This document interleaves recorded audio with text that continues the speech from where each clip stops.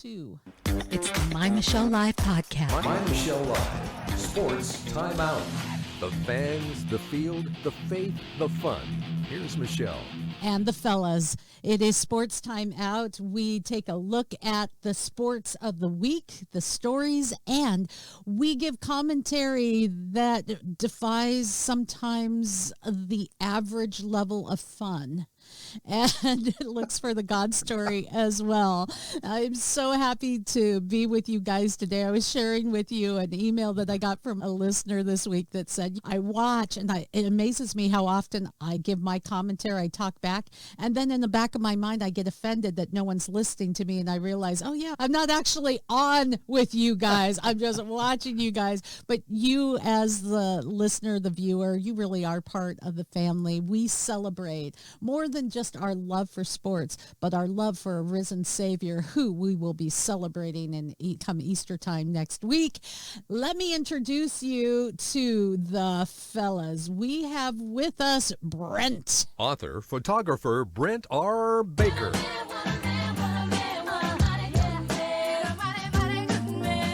Mighty good man he is indeed. Another mighty good man is a pastor, chaplain, player in the best sense of the term, and all around. Oh, and the striker this week. We'll talk about that. Garrick Pang. Get ready to get... And we have with us, he is an author of some pretty amazing books that meld sports with devotionals. What could be cooler? Jesus and sports? Come on, that's what we do here. He's such a great guy. And it's coming up, it's been about a year since we met, and he's just already endeared himself as one of my favorite brothers. We have with us Del, did we? All right, guys, good to have you with us today. Lots of wow stories to go through, but it's exciting. I love this time of the year. Opening day, come on, woo-hoo! Baseball fans. And I see we have a little bit of a bias on part of What are you talking about? And I don't know, Josh isn't here, who is often, he's I know, it's a good thing, too, because the whole show would be Josh just going on and on about the Mariners. He loves his Mariners, and it has been exciting because they have been America's underdog team. Now they're just a baseball team. And not anymore. Yeah. So, guys, any thoughts on opening day? Del, these guys are going to talk Mariners, I'm sure. So let's see what you have to say. The opening day win is expected here in Ohio, so not a whole lot there. One is a big surprise. It's going to be that way more so than not this year. They'll probably break their record and hit 110 losses is what I'm predicting. So this was a good start for Cincinnati. Yeah, it was, to me, really fun opening day. There was no real surprises or anything, except for things have changed a little bit with the pitching clock being instituted. We already saw, okay, how can we manipulate this? When we were watching some of the spring training games, the no crowd rule. And this is to take us from baseball was getting to, it was just a game of home runs. If you can home run it, great. I was just at a pre-game skills thing that was going on here. I live in Seattle as well. And Julio was, no surprise, 10 homers pop. And it was getting to be a game. You lost some of the nuances of the importance of bunting, base stealing. So you lost some of that because of just how developed athletes are. I guess that's my take on it. Brent, Garrick, what's... Part of it is that baseball has focused its development on what they call the 3 true outcomes, which is home run, walk, and strikeout. And unfortunately, while they're all important, those are like 3 of the least action aspects, action-filled aspects of the game. Exciting. They are exciting, but they are exciting, but that's all you is. Get. It's like you don't get actual base running. You got a guy jogging around the bases, and yeah, it's great. You get your runs. But I want to see doubles and triples, guys running after balls in the outfield, trying to make diving catches, that's pretty stolen cool. bases, all that stuff. The pitch clock, some people don't like it. I am loving it. Last night's Mariners game, 2 things happened. The game went like 2 hours and 15 minutes. Part of it was the pitch clock. Part of it was the pitching was amazing. There was 1 walk in the whole game.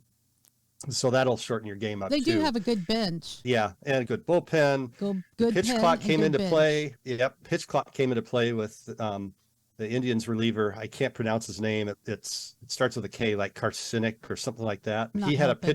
he had a pitch clock violation called against him in the inning. The Mariners scored their 3 runs, and this is where actually I loved what ended up happening. The fans got into it. They started like counting down the pitch clock as he was pitching the next several pitches, and he got totally rattled, and it just amped up the crowd even more. And then Ty France hit a home run for the Mariners, which ended up being the game winner.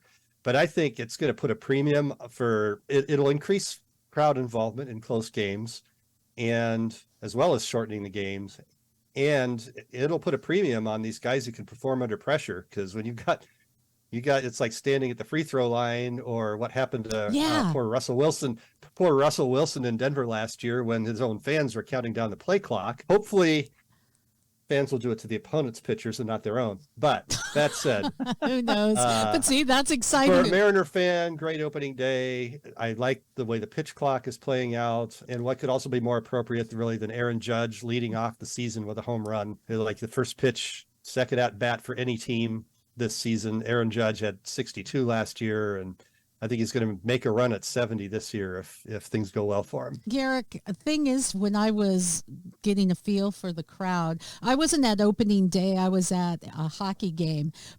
But the feel of the crowd the day before was, it's going to be great if you're watching on television. But I go to baseball games because I like that kind of slow and hang out with your buddies kind of thing. So it's going to be interesting. I think if the game's close, I think the crowd will be into it. And you go to a soccer game, everybody ends up singing through the whole thing. It's true. It's true. Well, interesting. So you still have your time between innings and all that kind of stuff. Yeah, you do. And that's great. I think I'll be going to a game on Sunday, so that'll be cool. But this was the Mets and the Marlins. This was the worst of bumbling. We're trying to find our way with the pitch clock thing. I don't know if you heard about this, but because a runner, I believe it was on first, took too long to get back to the base when he was when he was running off to second, because he took too long, a strike was called against the batter. I want you guys to watch this. I'll put it on screen and you can listen to the commentary. What? Yes. What's going on? They would reset the pitch clock because it took Alonso time to get back to first base. Oh, I like the call that... Did they call a ball because Alonso took his time going back to first? Maybe they called a strike. called it a strike. Oh, I don't know about that. How can McNeil They're supposed to wait for the base runners to get within reasonable distance of the base before they reset the clock. That's a mistake by Vanover and his crew. If they call a strike on him, it's a big mistake. What? Yeah, that's interesting. I've never heard of that call before, and it makes it. I think it's good. All these types of things that are going on to me are good for the game. What? How can that be good for a game? The poor batter. It's not his fault. And then I you call know, a but strike. as Brent that's said, not good. It's a team sport. I think it sounds like the umpires messed up the situation. Yeah, team sport. Okay, someone out in the outfield, you don't like him, and he gives the ump a bad look. I'm going to call a strike on you. Doesn't make sense to me unless it's a rule. There's a rule there. Okay, fine. I know. Is it not a rule? No. It is now. It is now. Is it now? It's Is now. that if they take too long? Now we're gonna. Now it's a strike. Count. You got things trying to speed the game up. It is a team, so they all have to do their way. But you remember the days when Joe Morgan would take a walk for Cincinnati? He would literally walk to first base. I don't know who remembers that, but he would walk to first base and take it very slowly. And it was just part of it, but I think this is trying to get the game speeded up a little bit. But there's that's a little bit too subjective for me. You took too long going back. Is there a time clock for that, or is that just subjective? Because that gets into a gray territory I'm not comfortable with. Yeah. Yeah, this is what you have when you still have human umpires and human referees. And so to me, it's a part of the game. And so I just say deal with it. But I also feel like baseball is one of those games that needs to have a greater team component because it's so individualized right now. And That's why it's America's game there. We're a bunch of individualists. Well, but the home run, strikeout, walk thing, that's part of that. If you've got back to the days when you have more hit and runs where you got guys taking off and the guy at the plate knows he has to make contact or his teammates hung out to dry, those are the sorts of things that made baseball more exciting moment by moment when you had stuff going on all over the field and you didn't know guy's going to uncork a throw into the stands or whatever. But with a home run, a strikeout, and a walk, if that's all you get, then yeah, you go to the ballpark and you have a nice 3-hour conversation with 4 hits that you cheer. Yeah. One of the things that still bugs me about baseball is after the game, the teams shake hands with themselves. And it's like, where is the sportsmanship part of this? That was really one of the strangest things when I first went to a live baseball game. Says the soccer player. Yeah, because I was expecting after the game they're going to go shake hands with the other team, and then they just all go in this line and shake hands with each other themselves. And I'm like, oh, okay. It's their way, but every sport can say that. That's weird. I'm a hockey player and I watch soccer, and when someone bumps against you, you fall down, roll around, and cry for your mother. Where in hockey, you spit your tooth out and you go back on the ice. So you can find fault in every sport. So in hockey, after the game, do they exchange teeth? Yeah. Like in some sports they exchange jerseys, so they collect them off the ice at the end. Oh my gosh, I love it. Every sport has its own nuance, and I like that. But that is a good point. We could use a little bit more of shaking hands with the other team. Although, did we see last week in the girls' basketball team on the collegiate level that just turned here? I'm not going to shake your hand. I'm just going to punch you in the face. We talked about that over the last several weeks about what's going to happen, and I'll go and give my early shout out to the Bowling Green, Ohio prosecutor's office for finally doing the right thing. I think we're going to start seeing more of this, and this is the only way you're going to curtail this stuff is to actually charge people. And she pleaded not guilty, which video evidence clearly shows she was guilty. So we're going to get probably 4 or 5 more of these instances where prosecutors are going to have to step in and actually charge somebody, and the athletes are running on themselves. Yeah, good point, Absolutely. Del. Absolutely. Good point. I wanted to bring it over into the collegiate level of baseball because there was another story that was just like, are you kidding me? Now this is like the worst obvious. Yeah. I was joking with you, Garrick, saying if I just don't like the way you look at me or I don't like you out there in center field, then I'm going to call a strike over here. It has that feeling. And I was being a little tongue-in-cheek, but this story is exactly, I don't like you. I don't like the way you looked at me, and so I'm going to call something against you. Take a look at this story. But that's a big gamble to take in the ninth. 1-1, called a strike there, and it's 1-2. So that was a bad call, but the next one's worse. All right, so that first strike went down by his ankles. Yep. And so can you the full umpire size the window, Michelle? Can you push the little double arrow? We're live, and so it makes it a little bit difficult because I'm juggling a lot of things. So this guy, we'll see if we can make it. Is that what you were talking about? That's what I was talking about. I thought you were talking about send it on Zoom. I'm like, yeah, right. I'll play that strike again so you know what's going on. It goes down by his ankles, and he's jumping up and down and going, what? Are you kidding? Big Watch. Gamble to take in the ninth. 1-1, called a strike there, and it's 1-2. Nice attempt to frame it by the catcher, but yeah. Mims is showing where 1-2 coming. It's down. Oh my God! He struck him out on that? Yep. Catcher about missed it. Yeah. Oh my goodness. And wow. Yeah, get this. So afterwards he said, yeah, I did that. I'm sorry it was a bad call, but my lack of judgment was because I was being treated hostilely and there were racially charged things from this other black player. So he felt like he was being racially profiled because this other black player said racial things apparently. And so he was like, oh, okay, so you're justified then. All right. Next story, please. That was a bad call. I remember years and years ago when I was playing baseball, it was a late game. It was before the pitch count, so the game took forever. We were in like the 14th inning. It was like 1:30 in the morning. And I wasn't up to bat, but I remember they called a strike. They struck a player out on not as bad as that, but it was pretty obviously it wasn't anything close to a strike. And the umpire, we know Don died a few years ago, but he says it's getting late. I want to go home. So he was calling everything a strike.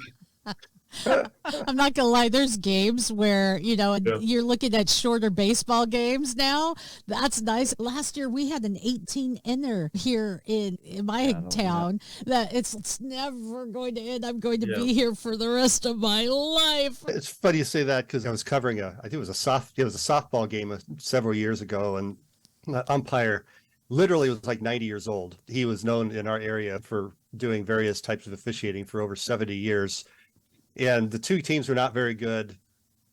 Girl gets the ground ball to third base, throws it across the diamond, gets it to first base, and the runner is safe by 6 feet. He calls her out, and everybody's yelling at him, and they finally calm down and go back to the dugout. And he looks over at me because I'm there covering. I've got my camera and notebook and everything. I'm 92 years old. I want to live for the end of this game. Well, that Mariners game last season would have been okay, but they shut down the concessions like after the I know right around dinner time. Thank you very much. But yeah, again, Garrick, I'm sorry about the confusion on that. Thank you for pointing that out, that I could make that a little bit bigger. I thought you were saying, oh yeah, send it on Zoom. I'm like, dude, I know you have confidence in me, bro, but I can only do so much. But you were saying, okay, that's part of the game, and the human factor is, and I'm thinking about that going, yeah, it is, and it does give us it's a little bit exciting, gives us something to talk about, get angry about. It is part of the game. I don't want it overly mechanicalized. If I were to really think about it, it's something we deal with in life as well as on the field or pitch or court. But that's a little bit too far, don't you think? That's just pushing a little bit far. Yeah, I think it's a little bit far, those calls, and I think if a guy does it one or two more times, he probably won't be doing that much longer. I think they'll have the governing bodies are going to step in and say, hey, these are outrageous calls, and he won't find work anymore. Especially when you're admitting you did it on purpose. Yeah. But I don't know if there are actually people who are saying get rid of all the human factor, but only when it works against my team. But gives ammunition to that. When you have this kind of stuff going on. That's true. Speaking of college, we are getting down to the Final Four, and it's a really interesting one because I think it's the last time, correct me, one of you guys who is better at stats than me, but I think it was like 1979 was the last time that not a single top 3 seed reached the final. So it's at least 1979, 1980, right, in the 70s. So not a single top 3 seed. That makes for a really fun, interesting shakeup. So we have number 4 seed UConn, number 5 seed Miami, number 9 seed Florida and San Diego, Florida Atlantic rather. Yeah. So that's going to be, I think it's going to be fun. Watching it. It certainly is nice that it's just not all the usual suspects because it's fun to mix it up. And I think this is part of what makes the tournament so exciting is the fact that underdogs can do something. And so it'll be interesting. Garrick, for people who are listening and not watching, you wouldn't have to have anything interesting to say. Just your background changes just adds enough. You could just sit there and smile though. It's just really cool. You are on point, dude. On freaking point. By the way, the NCAA championship game for men, April 3rd at around 9:20 p.m. That's Eastern time. Yeah. So that's pretty cool. And some of the Sweet 16 plays have been happening in Seattle, which was, I didn't go to a single game, but it's been in my hometown. I probably should have made an appearance or two. Apologies, girls. I tell you that I watched the Iowa Louisville game, the women's game. Yeah. They had Caitlin Clark on for Iowa, and then Haley Van Lith for Louisville, who actually is from my neck of the woods here, small school, small town girl that's that all of a sudden has been one of the forerunners in women's college basketball. And that was a fun game to watch. And I think, seriously, performance-wise, Caitlin Clark has been the outstanding individual player in both the men's and the women's tournament. She had the first ever triple-double first ever 40-point triple-double in a NCAA tournament game. So she had 40 points and more than 10 rebounds and more than 10 assists. She had 9 turnovers too, so she almost had a quadruple double.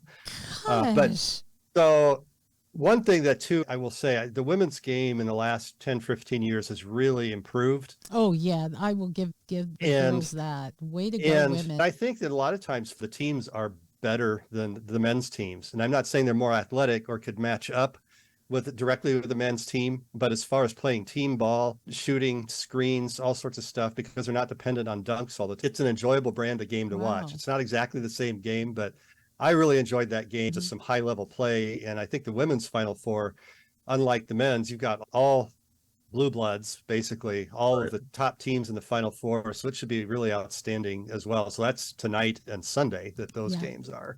Yeah, so entertaining, my favorite time of the year for basketball, to be sure. The NCAA, by the way, it comes into play. College comes into play. I don't know if you guys heard about the congressional hearings that are talking about name, image, and likeness. They are calling it chaos, the NIL chaos. So we're going to get into a little chaos here on Sports Timeout with you guys, as if we haven't already. Any thoughts on what's going to come of this? Like with anything, we talked about the pitch clock and some of the weird things that ways that we're trying to get around it and use it to our advantage. I think some of that has to settle in. Anytime you do something new, maybe the same with name, image, likeness. Del? Hey, I want to chime in on different. So we were just talking about that umpire that made that bad call. Yeah. Breaking news: he is suspended by the Southland Conference for at least 2 games and maybe more as they review that game between Mississippi Valley State and the University of New Orleans. He's been suspended. I don't know whether our chat got that to happen in the last 15 minutes, but it just happened. We're here to make a difference, my friend. Maybe our friend Matt Peel made a call. Go ahead. He's from down there. So. Yeah. Seriously. Seriously. Good news there. A little bit of accountability hasn't hurt anybody. It's never comfortable, but always good, that accountability. So now what about accountability with name, image, likeness? What is some of the chaos that you guys are seeing that they're talking about? I think it's just that whole departure from intercollegiate athletics being not for profit and are not to financially gain from that, changing your status from being an amateur to a pro in that respect. And then I think there's also a big deal with regard to the fact that certain schools may get greater visibility, and so individual players may make more money, may gravitate towards the bigger schools, hurting the smaller schools if they think that they might get more chance to be in the limelight. Okay, so this weekend I was skiing and sat down and talked with some folks I didn't know, had lunch, and met a woman who is a sports doctor, and she's worked with teams. And she gave me some incredible insight into some of the things that happens in the college level.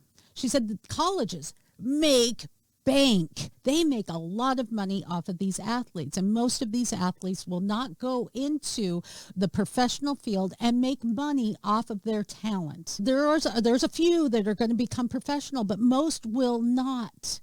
So they're putting their bodies on the line, and oftentimes they're pushed to do more because these guys, we need you on the court. You're one of our key players. She said even so much so that she's been evaluating players who have been injured on the court or the field.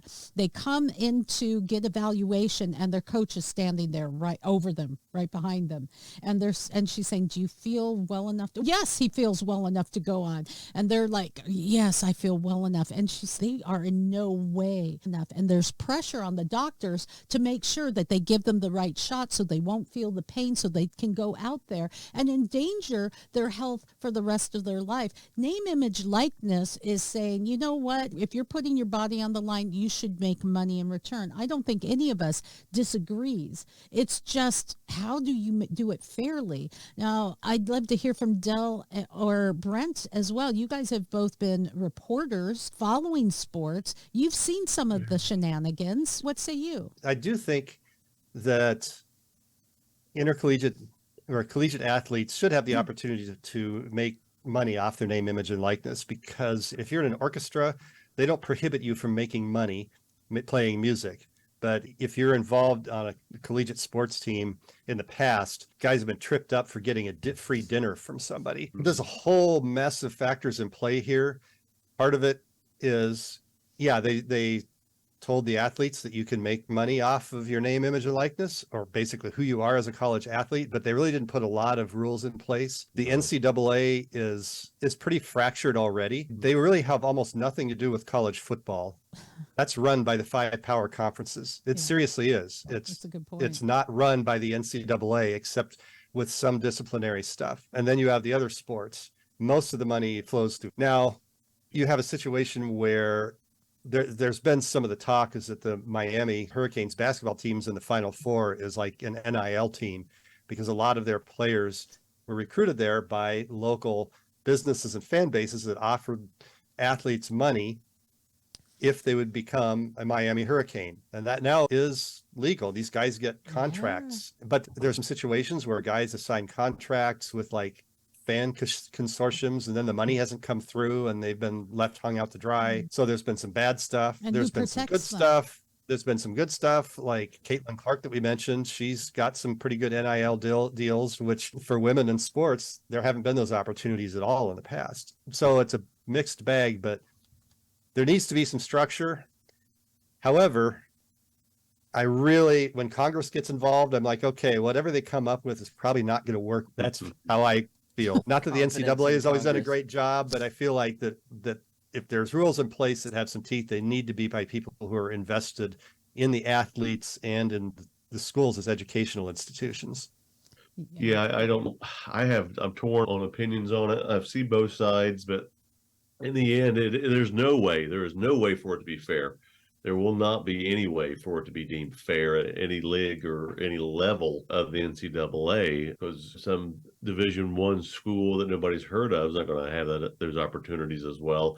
Plus, I still think most athletes who go to a college are there. If you're on a football team, you're getting a full ride. You basically are getting paid.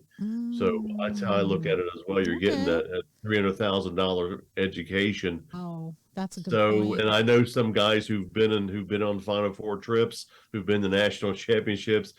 They're treated very well on these trips, and they're given a lot of swag, and they have a lot of really good souvenirs from these trips. There's just no way for it to be fair.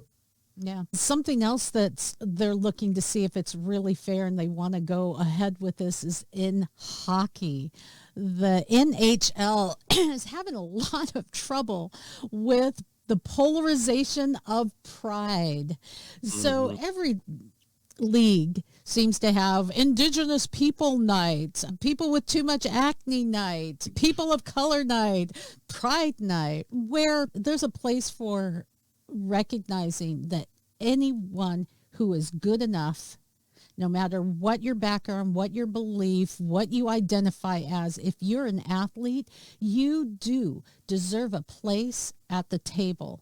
You deserve to compete, and you deserve to do it without the ire of other teammates because they disagree with you, they don't like what you do, or they don't believe as you do. Is there anyone on this panel that would disagree with that? No. Okay, so settled right there. But the problem with the pride issue is it's not just about, look, if you are gay, lesbian, LGBTQ, XYZ, you deserve the same chance as anyone else, and you deserve to not be treated badly because someone disagrees with you. It's not just about that. It's about their agenda that is targeting children, giving experimental drugs and castrating children, forcing things down your throat, or saying that you have to agree that gay marriage is the same as what the Bible describes as marriage between a man and a woman. You must comply. That's how I see it. And that's why there are people who have faith that are saying, yeah, I can't put that Pride jersey on and represent all that Pride is telling us that we must comply with. I'd like to get your thoughts, and I would like to face off on this face off. How do we look at this, and what do we do? Thoughts, guys? Garrick, your mic's off. Yeah, I really feel like it's crossed the line, of course, in terms of advocating and believing in what and standing up for what you believe in, which I'm 100% a proponent for. But then when it crosses the line that says you must believe the way I believe, or you will be sanctioned, you will be this, you will be canceled, whatever. And that's just, to me, that's not okay. And I love the fact that in sports you can express yourself and be who you are, but when it starts mandating things, especially where it is something that violates one's own conscience or their own personal faith or personal beliefs, if you were to flip it around and tell people that they had to believe in something that they were vehemently or for whatever reasons did not support, they would agree with that. But then when it comes to their issue, then there's just no it's give. not real tolerance. And we have seen it. I don't want to sound like we're just coming from a just right and this isn't fair to Christians. Look, we've seen that throughout history of pious people who there is no room. There's a reason why people feel that there needs to be rights for LGBTQ people, because people who were outside of that mindset were persecuted, put to death, imprisoned, because if we're going to imprison everybody because of what they do in private, why aren't we imprisoning men who cheat on their wives and putting them to death? Which I'm sure a lot of wives would say, yeah, why aren't we? Yeah. And so to me, it's not just a left or right wing issue; it's a human nature issue. Yeah, I think Garrick said this. It's crossed the line. There used to be fun nights, and they would come and honor such the girls, whatever, and it would be more fun. But when they started going into political issues, that's where it crosses the line. We need to keep it focused on fun and not trying to send an issue. And that's where they've crossed the line. And this goes back to sitcoms. Sitcoms are always funny until they start hitting issues. Then they start losing ratings. Wow. Here, we're going to lose ratings. Fans are going to stop going because you saw the kneeling incident. It gathered a little bit of steam and then it fell on his face. And now you don't see anybody kneeling at an NFL game because it was a pocketbook. I'd love to watch you write an article on that. The way you just married that with sitcoms is like, whoa, light on, boop. That makes a lot of sense. Oh, love it. The NHL kind of started this, if I remember, back in 2010 when it was in Chicago when the Blackhawks defenseman Brent Opel brought the Stanley Cup to a pride parade. I don't have a problem with that. If that's part of your community and you want to show off there, that's one thing. But what we've devolved to, in my opinion, we have Pride Night where there's Stahl Brothers and San Jose, James Raymer are saying, yeah, I can't wear the Pride Night thing. For those who don't know, the Blackhawks opted out altogether, and others have like the Rangers and Minnesota Wild. I don't know how they've come down on it, but some people are saying we have Russians on our team, and it is against the law to propel that kind of propaganda. They and their family could be put at risk. We've got to opt out. This is cost people their lives and livelihood now. How important is this? And then there was this one on Pride Night. One NHL team swapped out an Emmy-nominated singer for an LGBTQ singer who didn't even know the Canadian anthem. And here in Seattle on Pride Night, they swapped out the anthem singer for someone from the Seattle Men's Choir who didn't sing very well and cracked during it. It was like, oh, my bad. And you're like, really? If you're going to do it, at least do it right. So we gotten to the point where it's gotten just weird, Garrick. Yeah. And this has always been my issue going back to the days of affirmative action, right? Which was when they put people into positions based on their color rather than based on their qualifications. And I understand that there have been some injustices throughout time and in our country, but if you try and right-size things by propping people into places where they haven't earned it, then what happens is that you end up you hurt your cause. You hurt your cause, exactly, far more than you help it, because then people look at you and they don't think that you earned your position, but you're just there because of a quota.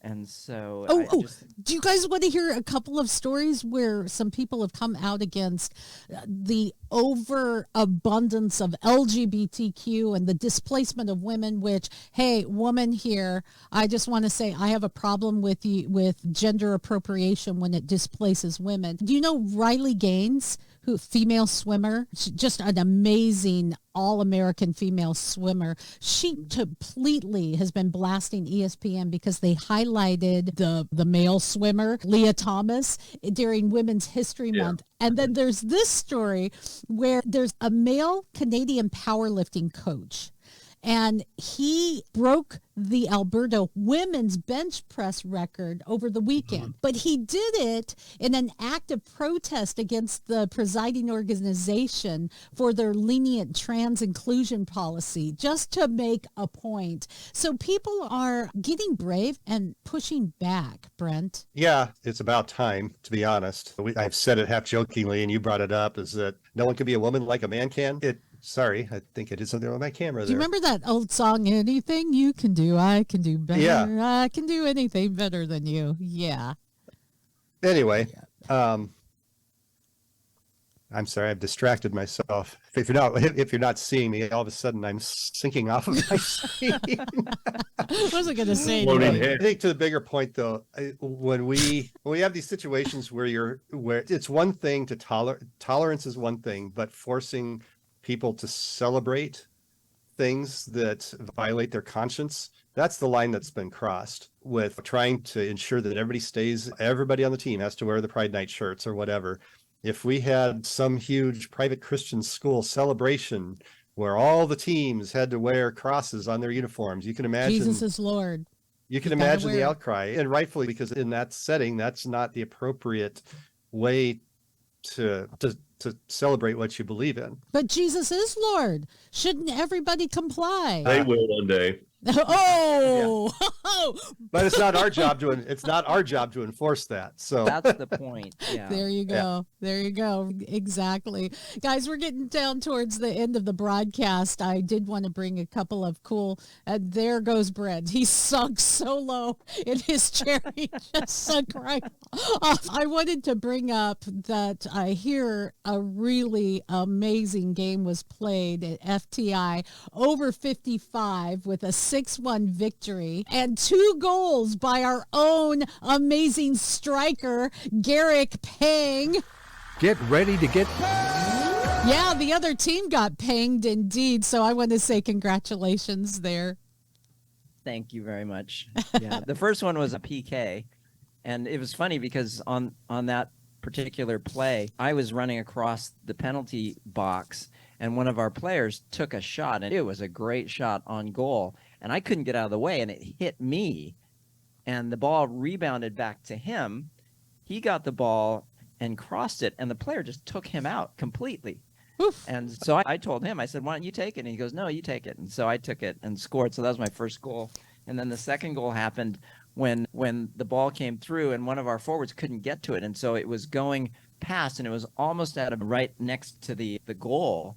And I was able to get there, and I thought, okay, I knew exactly what I was going to do. So I cut the ball back far enough where it'd be off the end line, and I was going to shoot near post on the goalie, and so I did. The keeper saved it, but it bounced off his hands, it bounced off the post, off his arm, and then back in the goal. Anyway, so it was exciting for me. And right before the game, my wife, I was talking to her on the phone, and she said, "Score a goal for me, babe." Aww, which one was for her?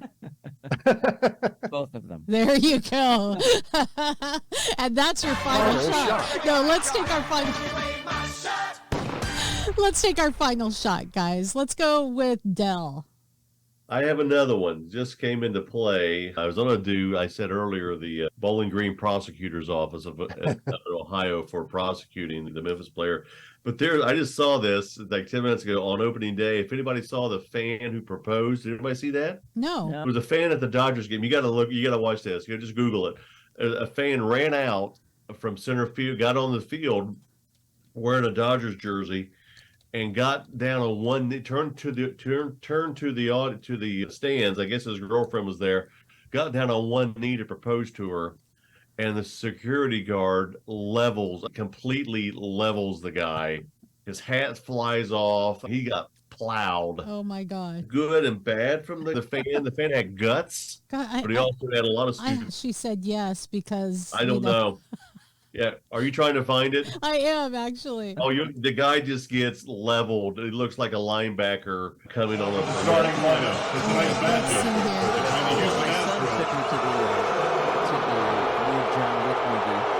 Oh yeah. World champion Los Angeles Dodgers. No, that's not it. That's the wrong one. Say Sorry about that. Fan gets leveled by security guard at the Dodgers game. Go ahead, Garrick. What?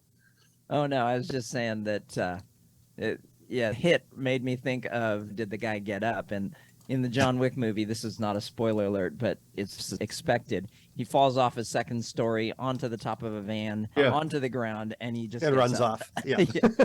Yeah. That'd be a nice superpower to have. Yeah. No kidding. All right, Garrick. All right, I'm giving mine since I'm all geared up in my Mariners get up here. In the 8th inning of the Mariners opener last night against the Cleveland Indians, who are now called the Guardians, And that's not confusing. Ty France, who is he's just an amazing person, an amazing player. And I can't remember how many home runs he had last season, but he just stepped up with 2 men on and hit a 3-run homer, which of course ended up being the final score, 3-0, as the Mariners won their home opener. Ty France, I tip my hat to you and give you my final shot. I like it.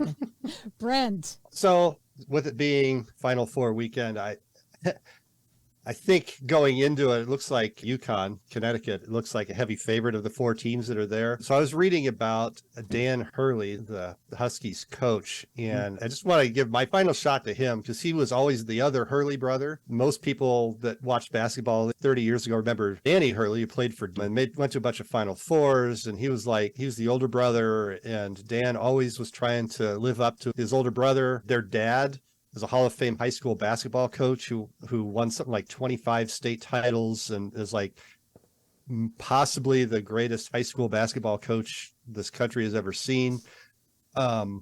And he struggled a lot. He struggled through college as a player and just trying to find his own way and not trying to be his brother. Now he's in the Final Four. Bobby also is coaching at Arizona State. He's never been to a Final Four, but now he's got his family's always been supportive of him, but now they're all there to watch him in the Final Four this weekend. It's just one of those decades-long journeys of kind of determination and trying to figure out who am I that's not them. It's just cool to see. I like that. Guys, I want to give... I just text you that story if you'll see it. Okay. So, yeah, sorry about that. It was just my search engine wasn't doing too well. There it is. Look at that. He got drilled. You should see the video. But guess what? Yeah. You said yes? She said yes. She said yes. He's in an egg brace. There, yeah. I don't know if that's it. I swear to God, it's.